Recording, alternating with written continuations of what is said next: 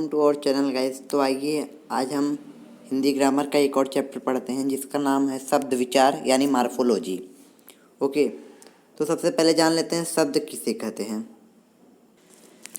दोस्तों, वर्णों के सार्थक मेल को शब्द कहते हैं, यानी जब दो या दो से अधिक वर्ण मिलते हैं तो एक शब्द का निर्माण करते हैं। जैसे हम कह सकते हैं ज प्लस अ प्लस ल प्लस अ बराबर जल।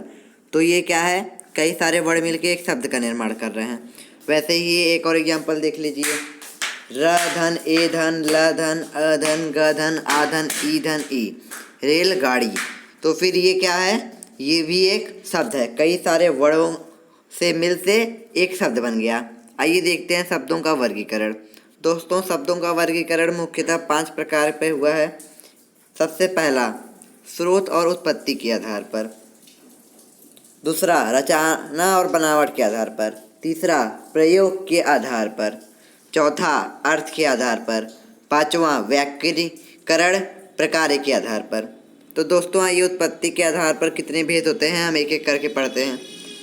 उत्पत्ति के आधार पर दोस्तों शब्दों के मुख्यतः 5 भेद होते हैं। पहला, तत्सम शब्द। दूसरा, तद्भव शब्द। तीसरा, देशज शब्द। चौथा, विदेशज शब्द। पांचवा, संकर शब्द। जैसा कि हम इसके नाम से ही जान सकते हैं, तत्सम मतलब संस्कृत वर्ड, जो संस्कृत के वर्ड होते हैं उन्हें तत्सम कहते हैं। मॉडिफाइड मतलब जो संस्कृत से हिंदी में परिवर्तित किए जाते हैं उसे तद्भव कहते हैं। उसके बाद है नेटिव। नेटिव मतलब बाहरी शब्द, नेटिव मतलब अपने देश का, और फॉरेन मतलब विदेश का। तो ये सारे के सारे इंग्लिश वर्ड से देख के ही मालूम चल जाएंगे। आइए अब हम एक एक करके सभी को का उदाहरण देखते हैं। तो दोस्तों, तत्सम शब्द। तत्सम शब्द का उदाहरण है अक्षर, ईर्ष्या, प्राण, मन, भक्ति, विश्वास, प्रसन्न, विचार, सत्य। ये सभी के सभी तत्सम शब्द हैं। उसके बाद आइए दूसरा देखते हैं तद्भव शब्द के एग्जाम्पल। तद्भव शब्द जैसे अंधेरा, ये क्या है, ये तत्सम है, और इसको अगर तद्भव बनाया जाए तो हो जाएगा अंधकार। वैसे ही आंसू, आंसू को अगर तद्भव बनाए तो हो जाएगा आश्रु। वैसे ही है काम, कान, कान को अगर तद्भव बनाए तो हो जाएगा कड़। और वैसे ही दोस्तों है दुबला, दुबला को अगर तद्भव शब्द बनाए तो हो जाएगा दुर्बल। वैसे ही चाँद, चाँद को अगर तद्भव शब्द बनाए तो हो जाएगा चंद्र। तो आइए दोस्तों नेक्स्ट स्लाइड में हम चलते हैं। तो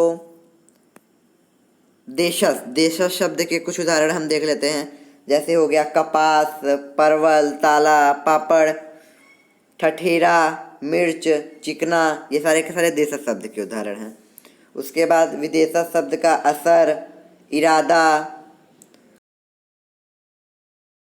किताब, आमदनी, टैक्स, पैंट, पेंसिल, ये सभी के सभी दोस्तों विदेशज शब्द हैं।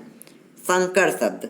संकर शब्द दोस्तों उन शब्दों को कहते हैं यानी दो या दो से अधिक शब्द मिलके संकर शब्द का निर्माण करते हैं। जैसे टिकट, घर, इसके अंदर एक टिकट हो गया और दूसरा घर हो गया, दो शब्द मिलके एक तीसरे शब्द का निर्माण किए। वैसे ही हो गया मांग पत्र, वर्षगांठ, लाठी चार्ज। आइए दूसरा हम देखते हैं रचना के आधार पर। रचना के आधार पर दोस्तों शब्द के मुख्यतः 3 भेद होते हैं, रूढ़, यौगिक और योग रूढ़। दोस्तों आइए हम एक एक करके सभी चीज़ों को पढ़ते हैं, रूढ़, यौगिक और योग रूढ़। तो रूढ़ शब्द क्या हैं दोस्तों, वे शब्द जिनके सार्थक खंड नहीं किए जा सकते वे रूढ़ शब्द कहलाते हैं। जैसे चार, पेन, सेवा, फल। तो जैसे दोस्तों अगर हम फल, फल को अगर हम विग्रह करें तो ये हो जाएगा फ धन ल। इन दोनों का कोई मतलब नहीं निकल रहा है, इसलिए ये रूढ़ शब्द हैं। और जिनका अर्थ निकले वो यौगिक शब्द हो जाएंगे, और जिनका कोई विशेष अर्थ निकले वो योग रूढ़ शब्द हो जाएंगे। योग रूढ़ शब्द जैसे जलज, दिनकर, निशाचर, ये सारे के सारे जलज मतलब योग रूढ़ शब्द हैं। और यौगिक शब्द के उदाहरण सहपाठी, राजपुरुष, विद्यालय। जैसे अगर हम इनका विग्रह करें तो विद्यालय का विग्रह हो जाएगा विद्या धन आलय, सहपाठी का हो जाएगा सह धन पाठी, वैसे राजपुरुष का हो जाएगा राज धन पुरुष।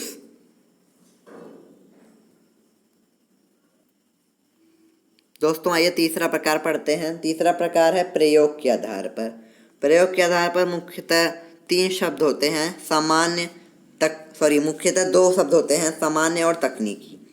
समान शब्द किसे कहते हैं? ऐसे शब्द जो हम अपने दैनिक जीवन में आम बातचीत के लिए प्रयोग करते हैं वे समान शब्द कहलाते हैं। जैसे रोटी, जैसे हम इसको हमेशा आम बोलचाल के लिए प्रयोग होता है। घर, कपड़ा, किताब, खाना, पानी, शर्ट, पैंट, कुछ भी कह सकते हैं हम, जो सामान्य जीवन में हम उपयोग करते हैं। तकनीकी शब्द मतलब जो विभिन्न विषयों, व्यवसायों या विज्ञानों से लिए गए हों, तकनीकी शब्द कहलाते हैं। जैसे हो गया संज्ञा, ये क्या है? विषयों के नाम हैं। सर्वनाम, विषयों के। वरिष्ठ मतलब श्रेष्ठ। जीवाश्म, ये विज्ञान से है। आइए चौथा पार्ट देखते हैं इसका।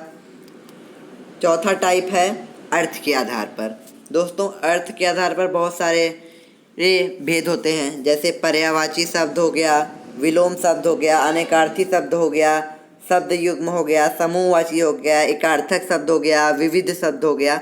बहुत सारे शब्द भेद होते हैं अर्थ के आधार पर। नेक्स्ट है फिफ्थ टाइप है व्याकरणिक पर्याय के आधार पर। दोस्तों व्याकरणिक पर्याय के आधार पर मुख्यतः दो होते हैं, विकारी और अविकारी। जैसा कि हमने पिछले कक्षाओं में पढ़ लिया है, विकारी शब्द किसे कहते हैं। आइए एक बार फिर से विकारी शब्द किसे कहते हैं इसका डिफिनेशन जान लेते हैं।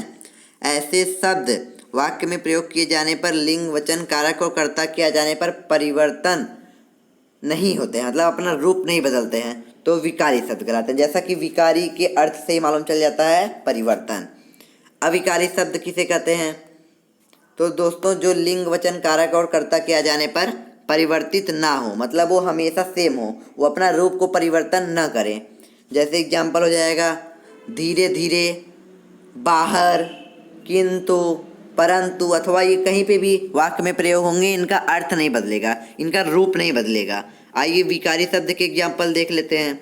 विकारी शब्द के एग्जाम्पल दोस्तों हो जाएगा बच्चा, बच्चे, बच्चों। जैसे ये हर जगह अपना रूप बदल ले रहा है, वैसे ही हो गया वह, वे, उनका, उन्होंने, आता है, आते हैं, आते थे, आएंगे। ये सारे के सारे अपना रूप बदल लेते हैं। दोस्तों ऐसे वीडियोज़ के लिए हमारे चैनल को सब्सक्राइब करें, लाइक करें और शेयर करें। Thank you.